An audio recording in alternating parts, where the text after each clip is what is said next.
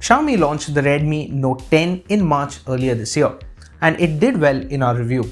The company has now brought in another model with a more powerful processor and a higher resolution camera, and it's called the Redmi Note 10s. Now, given that Xiaomi has put in upgraded hardware in it, should you shell out the extra bucks? Is it a better choice for you, or should you look at alternatives? I put the Redmi Note 10s to the test to find out. Hello everyone, I'm Aditya, you're watching Gadgets 360, and this is the full review of the Redmi Note 10s. Let's begin.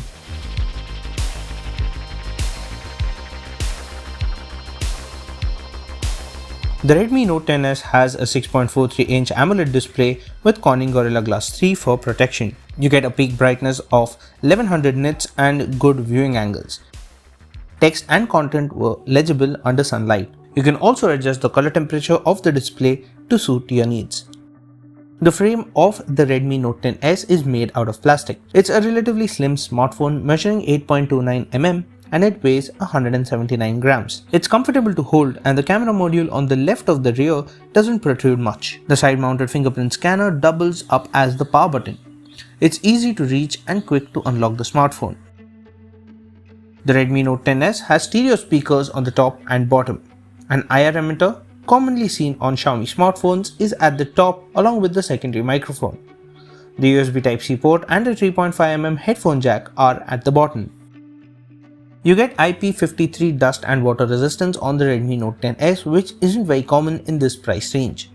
You'll also see a rubber flange around the SIM tray to help prevent water from entering the device. The Redmi Note 10s packs in a MediaTek Helio G95 processor, which is more powerful than the Qualcomm Snapdragon 678 SoC in the Redmi Note 10.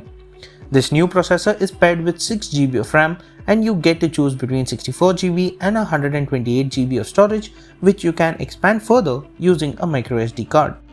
Xiaomi ships the Redmi Note 10s with MIUI 12.5, and it is the first smartphone to do so out of the box. The UI runs on top of Android 11, and my unit had the April Android security patch.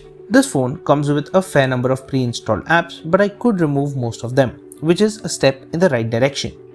I still got promotional notifications from apps such as Get Apps and Themes, which was annoying.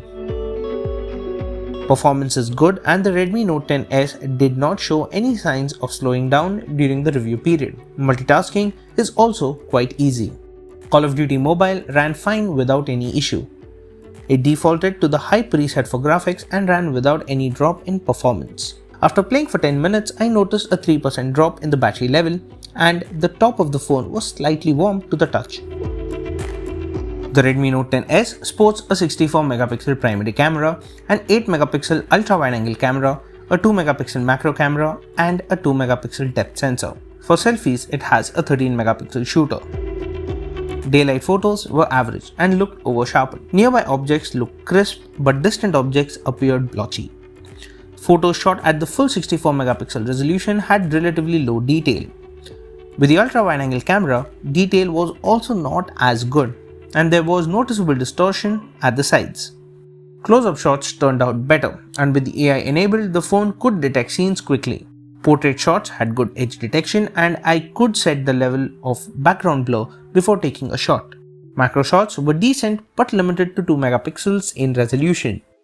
Low light shots appeared flat, and objects at a distance were grainy. The phone managed to keep noise under control, but shots weren't the best I've seen at this price point. With night mode enabled, photos were marginally brighter and shots had slightly better details. The ultra-wide-angle camera fails to capture decent shots at night.